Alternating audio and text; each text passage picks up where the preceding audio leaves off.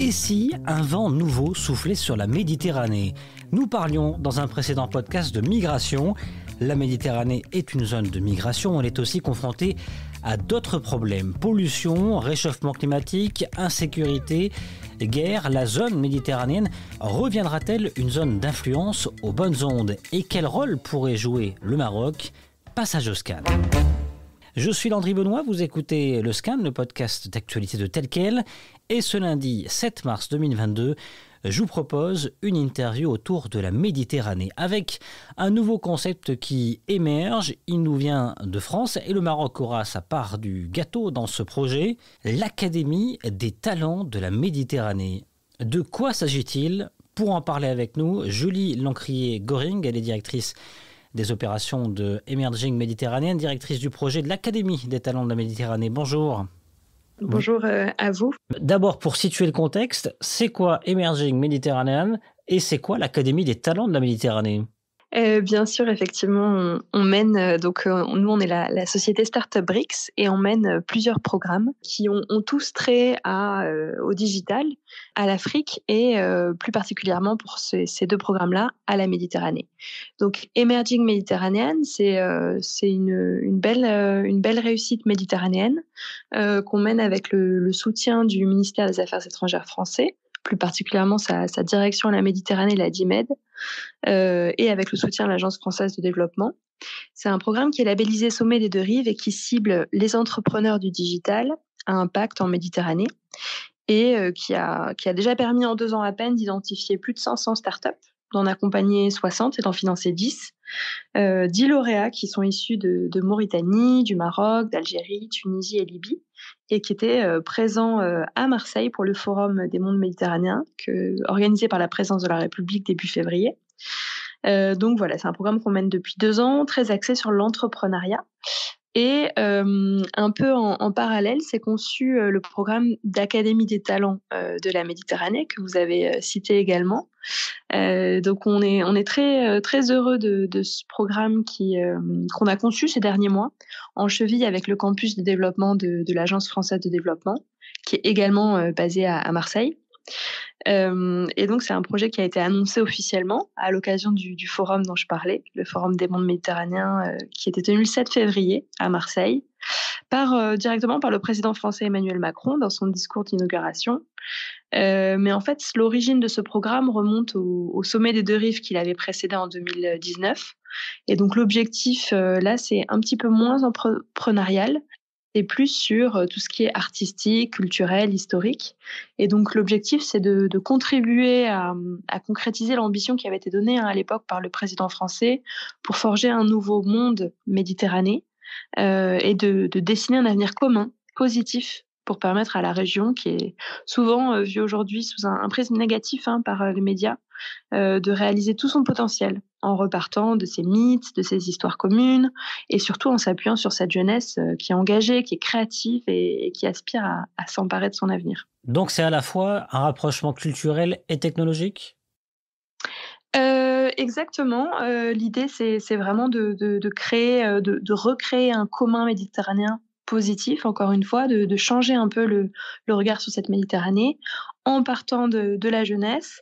Et un petit peu les 2 axes de ce programme, ça va être la mer, forcément, notre mer commune, et donc tout ce qui touche à l'environnement, à la mobilité, mais aussi l'entrepreneuriat et le digital, qui sont vraiment la force de la jeunesse méditerranéenne aujourd'hui. Comment se matérialise l'Académie des talents de la Méditerranée ? Est-ce qu'il y aura un siège ? Est-ce qu'il y aura du présentiel ? Ou est-ce que c'est justement une autre forme plus horizontale avec des regroupements par pays ? Des individus par pays ? Oui, en fait, c'est un petit peu tout ça à la fois. Donc concrètement, nous allons accompagner avec le campus de développement de l'Agence française de développement dès le mois de septembre une promotion de 15 talents méditerranéens sur 3 composantes majeures. Donc la première, c'est la compréhension des grands enjeux actuels, parce qu'on estime que le point de départ, c'est de donner à ces talents sélectionnés les clés de lecture de cet espace complexe qu'est la Méditerranée, que ce soit, comme j'ai pu le dire, sur l'environnement, le digital, les questions maritimes, bien évidemment. Ensuite, la seconde composante, c'est de s'appuyer sur notre histoire plurimillénaire en revenant sur les mythes, les récits de la région. L'objectif, c'est vraiment d'inspirer un nouveau regard. Et enfin, on va s'efforcer de faire émerger un commun à partir de tous ces enseignements, un commun qui soit orienté vers l'impact. Ça, c'est vraiment très important pour nous. C'est un peu notre marque de fabrique à Emerging Mediterranean, au travers de projets qui soient portés par chacun des membres de cette cohorte et surtout qui soient ancrés dans leurs territoires respectifs, des projets qu'on va accompagner. Donc le programme va débuter en septembre et pour répondre à votre question, effectivement, c'est un programme qui est conçu de manière hybride, qui associe digital et présentiel, pour retenir les enseignements positifs de ces 2 dernières années de pandémie. Il y en a quand même eu. Mais également une académie qui est itinérante, comme l'a dit le président de la République, pour incarner pleinement cet espace méditerranéen. Et donc, il y aura des rencontres prévues sur les 2 rives de la Méditerranée. Donc le campus de développement de l'AFD, il est basé à Marseille, mais on sera aussi sur des rencontres rive sud. Voilà, on est encore en train d'identifier les endroits adéquats. Et puis peut-être pour parler un petit peu plus de la cohorte, donc j'ai dit environ 15 talents qu'on va sélectionner.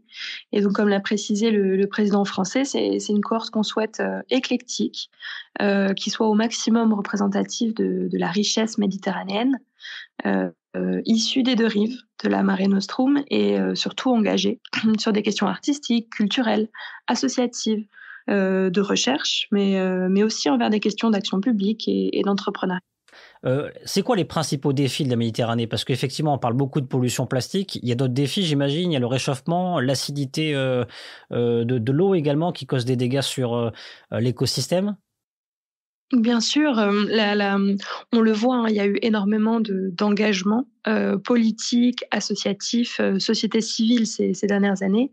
On pense au One Ocean Summit, on pense au COP, bien sûr, et puis à l'UICN, qui est un sommet entièrement consacré à la préservation de l'environnement qui avait déjà lieu à Marseille en septembre dernier.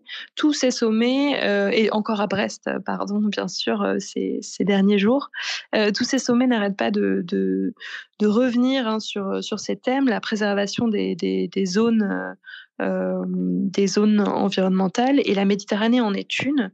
Il y a déjà des zones protégées en Méditerranée, mais l'idée c'est voilà de faire réfléchir ces jeunes sur comment passer à l'échelle supérieure maintenant, sur tous les défis que vous avez mentionnés, les déchets plastiques, la préservation du littoral, des côtes, peut-être d'harmoniser les cadres réglementaires, de travailler à la surpêche, de travailler aussi à toutes les questions forcément de mobilité, de fret, de voir un petit peu comment baisser les émissions carbone de tous ces acteurs. Et donc l'idée de cette académie, sur le premier volet dont je parlais, le volet compréhension, c'est de leur donner des clés de lecture. L'idée, c'est pas d'imposer une doxa, une vision qui les brime. C'est vraiment d'avoir au contraire des personnalités inspirantes qui seraient à même, qu'on va sélectionner au fur et à mesure des mois qui vont venir. On a jusqu'à septembre, mais des personnalités inspirantes qui font des choses en Méditerranée pour à la fois qu'ils aient les clés de lecture et qu'ils soient inspirés par des projets forts, concrets. Voilà, l'environnement, c'est un sujet évident, c'est un sujet fédérateur. Comme vous dites, est-ce qu'on va sauver la Méditerranée? Voilà, on n'est pas naïf. Il y a beaucoup de problèmes en Méditerranée. Il y a beaucoup de choses difficiles, de sujets délicats, mais il y a aussi des sujets fédérateurs. La jeunesse en est un, le digital en est un autre, et l'environnement, bien sûr. Je pense qu'il y a vraiment un consensus ces dernières années sur le fait qu'il est urgent de préserver l'environnement, et là surtout pour cette région, cette mer Méditerranée. Ma dernière question, quelle place du Maroc dans ce projet? C'est vrai qu'il y avait Aziz Arnouch, le chef du gouvernement marocain, qui était présent à Brest. Comment vous voyez la place du Maroc dans cette académie? Alors le Maroc est un des pays, bien sûr, du 5+5. Il faut savoir que donc, comme je disais, le programme s'inscrit dans le sillage du sommet des 2 rives de 2019 qui, était, basé sur le format 5+5, donc 5 pays du sud de la Méditerranée, dont le Maroc bien sûr, et 5 pays du nord. Donc ça sera, bien entendu, un pays, d'où viendront, certains des talents. On va, relayer très largement au sein des réseaux d'entrepreneurs, d'artistes, de personnes engagées, d'associations, cet, appel à candidature qui sortira au printemps pour recruter, des talents. Alors pour l'instant, on est sur les chiffres de 2 talents, par pays, donc 2 talents marocains, qui seront, donc identifiés et puis, comme j'ai dit, ça sera une démarche itinérante avec des rencontres rive sud, rive nord, donc pourquoi pas faire une des rencontres, en Tunisie, au Maroc, ou sur l'un des pays, de la rive sud. C'est encore en cours, d'être déterminé, mais on mettra bien l'accent et puis on vous fera connaître ces profils, dès qu'ils seront, sélectionnés. Merci beaucoup. Merci à vous. Le Scan, le podcast d'actualité, c'est fini pour aujourd'hui. Réalisation Adam Al-Arshawi. N'hésitez pas à vous abonner sur le site telquel.ma et à nous retrouver chaque jour du lundi au vendredi sur toutes les applications de plateformes de podcast et de streaming.